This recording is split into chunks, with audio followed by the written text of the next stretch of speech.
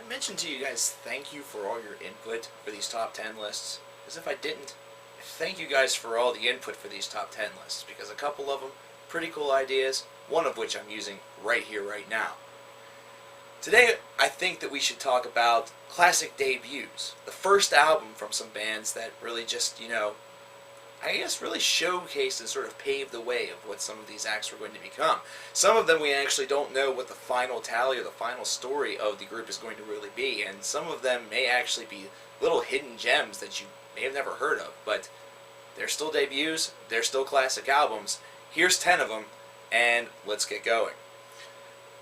Number 10 on this list, we're going to go with Kill 'Em All, the classic debut album from Metallica. Why is it so low on this list? I have my reasons, and I'll explain to you right now. Metallica was a band that definitely had a lot going for them whenever they were going into the studio to record their debut. They had already gotten a couple of successful demo tapes, cassettes out there, and have really been touring the western part of the United States, especially in California, relatively relentlessly. Thrash metal was something that was really just starting to take off and become a huge commodity, and of course whenever Kill 'Em All came out, it made an immediate impact and an immediate splash. While it may not necessarily be people's favorite Metallica albums, this is one of them that really showcased the band at its rawest and probably at its finest, because they're really able to showcase what thrash was all about right there in that particular era, and really helped launch a thrash empire that lasted for a large part of the 1980s. Not to mention, it was one of the more important albums of the genre, its early beginnings, and that's the reason why thrash, to this day, is still a very important fabric of heavy metal. So for that, we have Metallica and a couple of other bands really to thank. This album also has a couple of really classic Metallica songs on it, such as the Four Horsemen. Of course, there's Jump in the Fire, and tracks of that variety. Seek and Destroy is another one, and of course the classic bass solo by Cliff Burton. May he rest in peace. He just had a birthday a couple of days ago. This is definitely an album that is extremely important. This is one that definitely was a game changer, and albums that came after it seem to kind of mold themselves around Metallica a little bit, only trying to do what Metallica did, either better or faster, more melodic, whatever it may be. But these guys were definitely a genre and true game changer. Number 9, Conspiracy of Mind by Communiques. This was a debut release that just came back in 2005. Little did my friend Rob and I know that whenever we were going to be sitting in his basement one afternoon in 2005, just listening to random albums, that we were going to come across this gem with a really weird cover and not really recognize exactly what it was going to be. This is very, very good progressive metal that kind of has a vein that sort of balances out all of the pleasures of Nevermore with all of the pleasures of Opeth, combining them together in order to create one beast of an album. More along the lines of Nevermore with the vocal styles and a little bit with the composition, but a little bit more along the lines of Opeth with the overall feel, the length, and kind of the way in which some of these songs progress. Definitely a killer album. And here's the funny thing. This is an album in 2005 that actually won Album of the Year, at least in my mind. And it actually was for him as well. Their second album, Waves of Visual Decay, I actually thought was better than this album, but didn't win Album of the Year 2006. 2006 was a pretty good year. So yeah, if this is one that you haven't heard, this is definitely one you need to hear. This is one that started really an empire that has now lasted about 4 albums, and while I think that their last album was not nearly as good as the first 3, this one's definitely a keeper. Number 8, we have Focus by Cynic. For a long time, we thought this was going to be the only album we were ever going to get from Cynic. Of course, 15 years later, give or take, we were able to grab yet another album from these guys, and they've been kind of doing some things ever since. But for a long time, this looked like it was going to be all. This is that whole jazz fusion side of death metal that really was starting to manifest itself slowly but surely in the early part of the 1990s with bands such as Cynic and Atheist. But this is the one that really speaks to me a lot because of the spacey vibe that it has going on, and just the fact that it was something that was completely, really different for the time frame. And considering this was their only album for a long period of their history, it almost seemed like this was just a one-off project that was meant to really lay its mark in metal music as a whole, and then just kind of fade into the sunset, almost like John Wayne style or something like that. This is a beast of an album. It's a quick little number, but it's definitely one that leaves one heck of a taste in your mouth. The reason why it does is because now, looking and listening to this album 20 years later, you can definitely see its impact in history. You can definitely see why bands are willing to incorporate a little bit more diversity into a style of music such as death metal. Something that seemed very simplistic, they were able to add layers to, and death metal is still getting a lot of layers kind of added to it, with progressive death metal, with avant-garde death metal, with death metal that still has this sort of jazz fusion with deathcore, even, you could even say, because it's all about pushing the envelope of one main genre all the more further. It's the reason why we have subgenres and sub-subgenres, and consequently why we have all the arguments about it. This is one of those albums that really was a game changer, and, well, if it would have been the only album they ever released, damn, it would have been an impressive one. Number 7, we have Feel the Fire by Overkill. What Metallica was doing out there on the West Coast, Overkill was doing on the East Coast, and they were doing it with a lot of fury. Tell me this. Tell me that you can listen to a song like Rotten to the Core and not immediately want to thrash your neck to the point where it feels like it's about ready to break off. This is one of those classic songs that really defines what a band was going to be throughout the course of their history. This is not something where you can just say throughout the course of one era, because Overkill, for now more than 3 decades, going on 4, have been just destroying people left and right, and really have not gotten the credit that they deserve for it up until recently. Recently, people have started to get onto the Overkill wagon, and while they were respected in the 1980s, it was not to the levels of which other bands in this very same genre were respected. So, in a way, they kind of got a bum rap a little bit, but they don't care. They've just been plugging away for 30 years, touring relentlessly. I love the raw sound on this album. I love the fact that it seems like these guys took literally every penny from their pocket just to go into a studio and record some of the fastest, some of the meanest thrash metal of that era and just released it. And you know what? That's pretty much what they did. They have a live album that came out shortly after this, I believe. It was called Fuck You and Then Some. The version of Rotten to the Core on that, wow. Seeing Rotten to the Core in crowds to this day, I've seen Overkill a handful of times, is always an experience. If you're a new Overkill fan and you're not familiar with this song and you're planning on seeing these guys live, I suggest familiarizing yourself to this song immediately.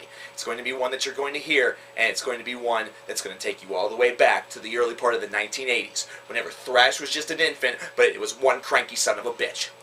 Number 6, we have Melissa by Merciful Fate. Now, there was a release prior to this, but it was just an EP. This album is really what embodied what is now become about 3 going on 4 decades of King Diamond. Yeah, King Diamond's vocals are one of those things that a lot of people can not get into, and for a reason they really can't get into this band. And it's really kind of a shame, because Merciful Fate had a lot going for them. They had a very classic kind of new wave of British heavy metal sound that they were combining a little bit with horror movie and, well, in this case, more of the just horror theme in general. And Melissa was semi-conceptual with this song itself, and really just everything about it, the dark and gloomy atmosphere and the big rich guitars, just really made for a fantastic debut. Imagine listening to a song like Melissa, which almost sounds like an ode, and then realizing that Melissa's dead. Yeah, it was really something else. Of course, whenever you examine a track such as Satan's Fall, which is 10 minutes in length and just seems to go on forever, but it has so many different movements and facets and different parts to it, is just absolutely incredible. And then, of course, the opener, Evil. Evil was one of my favorite Merciful Fate songs of all time. Just that opening line, I was born in a cemetery under the sign of the moon, just gets you cranked up and ready to listen to this album, and you're really not too sure what you're going to get from every bend, every twist, and every turn. God damn, what a solid debut. Really gotta like this one. Number 5, Curse of the Red River by Barren Earth. This one's also fairly recent. I remember that I was reading up on this band and kind of heard that they had a bit of an Amorphous vibe to it, only with a little bit more of the death metal side of Amorphous kind of laced in there. Almost like a progressive death metal version of Amorphous. Now, I wouldn't exactly go that far in that description, but wow. They definitely impressed the hell out of me with this album. For one, they definitely had a much better kind of production to it, which of course is something that's become a little bit more commonplace for this time. But really, production doesn't spell the whole entire story for this one. This one's just bona fide good songwriting. Barren Earth is destined to be one of those bands that is going to be on the lips of a lot of people, but they're not going to be able to, get the albums very easily. unless they go through distributions or, have it burnt at a store or something like that. This is one of those albums that you have to just go online, research, and just purchase it, because it's definitely really, really good. And not to mention, these guys were able to showcase on their follow-up that they were able to just kind of expand the sound even further. But the horizons can only kind of, shine forth so bright, and this one really made it a tough act to follow, but they did their best. Number 4, Pale Folklore by Agalog. Who knew that this is where the guys from Agalog, a band that is really well beloved from the underground to the above ground metal community and all points in between, this is where they were going to start, really doing this kind of atmospheric black metal style to it, and just kind of throwing their own little manifestations in there. Yeah, it's not necessarily the same level of atmospheric bliss that we've heard on albums such as The Mantle or Marrow of the Spirits, Ashes Against the Grain. It's a little bit different in that regard, a lot more raw and a lot more aimed toward that black metal side, but you know what? It's still damn good. This is one of those albums that you pop in whenever you've, maybe exhausted the others and realize where these guys came from, and realize that even if they would have just stuck in that direction, even if that's the only style that they would have kind of gone with and not expanded out to do things like they did on The Mantle or do things like they did on their future albums, you really be okay with it, because this is a heck of a debut. This is a band that really, considering they do take a couple of years to manifest their albums, it's really worth the wait. It's one of those things where a new album of theirs comes out and you realize, shit, now I have to wait another 3 or 4 years for the next one. Well, that's because they're slowly and carefully crafting it. This debut was slowly and carefully crafted, and it was still legendary. And just think about what happened after it. Think about the things that came directly after it. Of Stone, Wind, and Pillar, The Mantle, Ashes Against the Grain, Marrow of the Spirit. Damn, these guys have a hell of a chronology. Let's talk about number 3, which is Heart of the Ages by In the Woods. Don't know who In the Woods are? Well, essentially, In the Woods was Green Carnation without one of the members, without the court, who went on to be an emperor and also partially in Carpathian Forest for a time in the 1990s. This was his original band. They were basically getting ready to release their debut album with Green Carnation when all of a sudden he got the offer to be an emperor. So what did the guys that were remaining do? They said, fuck it, we'll just start our own band. That's exactly what they did. Heart of the Ages is not my favorite album from these guys. It's actually their second one, Omnio. But this is an album that also showcases that in the 1990s, right after the whole big black metal explosion, black metal started to change a little bit. It had a little bit of a side venture going on with it, where they were experimenting a little bit more with the avant-garde side of it, kind of making black metal a little bit more expansive, kind of giving it a little bit more depth. Not always being about isolation based around lyrical screaming or talking about death to false metal or how Satan is, this really awesome guy. But instead kind of just expanding everything and taking it to new horizons. And In the Woods was one of these bands that was really, really awesome at doing that. Now, unfortunately, In the Woods is no longer around. Their story is now being told as Green Carnation, considering Topor came back. And really, I would have loved to have included Green Carnation's Light of Day, Day of Darkness on this list, because it's just a monumental one track of music of 70 minutes in length. But unfortunately, it's not their debut, so I can't exactly do that. Number 2 on this list, Model in the Well, My Fruit Psychobells is Seed Combustible. These guys, if you haven't heard of them, you definitely need to. Where have you been? What rock have you been under? Do I know this rock? I doubt I know this rock, but where have you been? These guys were located and based out of the East Coast, up near the Boston area, and really was just one of those musical pioneers that are just never going to get all the credit that they deserve, Toby Driver especially. Now, these guys are now currently KO Dot, so maybe that name rings a little bit more of a bell, but back in the day, they were Model in the Well, and they were specializing in avant-garde music that just kind of threw in a lot of the incorporations of music that you knew and loved before, things such as death metal, black metal, jazz, blues, avant-garde, space metal, just the name of few. Riff rock, riff raff, Riff Randall. Now, it's just one of those crazy things, and this is one of those crazy albums that showcase just what a mind-expanding genre that heavy metal can be, especially whenever you take individuals like these and just kind of amplify the fact, that they were practicing with astral projection and other various, ways of expanding your mind, and, yeah. Yeah, all I have to say is astral projection. If you don't know what that is, look it up, because it's interesting stuff, and it's also kind of out there. But this album is definitely kind of out there. It's definitely not for everybody, but it's one of those things where whenever you continue listening to it, it really opens itself up. And you start to realize that for a debut album, this was one that was showcasing a lot of the tricks in this band's playbook. Now, of course, classic songs from this band include, Blight of River Systems, Bizarre Flowers, A Violent Mist, Birth Pains of Astral Projection, and a lot of other songs that require basically, cue cards in order to remember the immensity of their titles. But this is the album that really just started it all, and it showcased what avant-garde was really meant to be. It was just not meant to be something that was, I guess, monochrome. It wasn't meant to be weird just because they wanted to be weird. It was weird for weirdness' sake. It was weird because it expanded and experimented with all sorts of different sounds and all sorts of different horizons, and really aimed to make one of the most tweaked out albums that you could ever think of. If you really want to know an album to blaze up and toke up to, Model in the Well, My Fruit Psychobells, A Sea Combustible, or just basically anything that Toby Driver's ever done. So that includes Model in the Well, KO Dot, or if you really want an experience of just time not moving, listen to In the Library Loft, which is one of his solo albums. That brings us to number one of the most impressive debut albums that I've ever heard, which is Scream Bloody Gore by the band Death. Now, we all know the Death legend, we all know what Death was destined to become, but this is where it all began.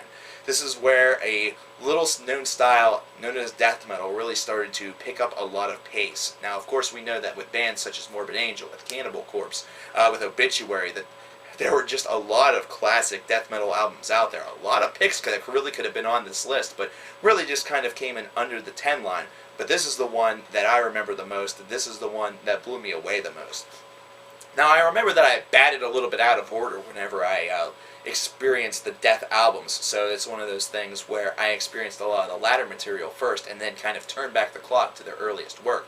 And I almost wish that, whenever I was 3 or 2 years old, whenever this album came out, or maybe I was barely 1, for some strange reason my parents just bought this album and played it for me whenever I was in my crib, because I have a feeling that I'd have been headbanging to the point where I would no longer have a skull, but that's not really the point. Big riffs, big ideas, something that was just fast and furious and really showcased what death metal in its earliest stages was destined to become. Something that was just loud, something that was aggressive, something that was going to have a little bit of substance to it, and something that was going to be tailored with some pretty decent songwriting. Scream Bloody Gore may not necessarily be, and definitely is not, the best album in Death's discography, but let me tell you something.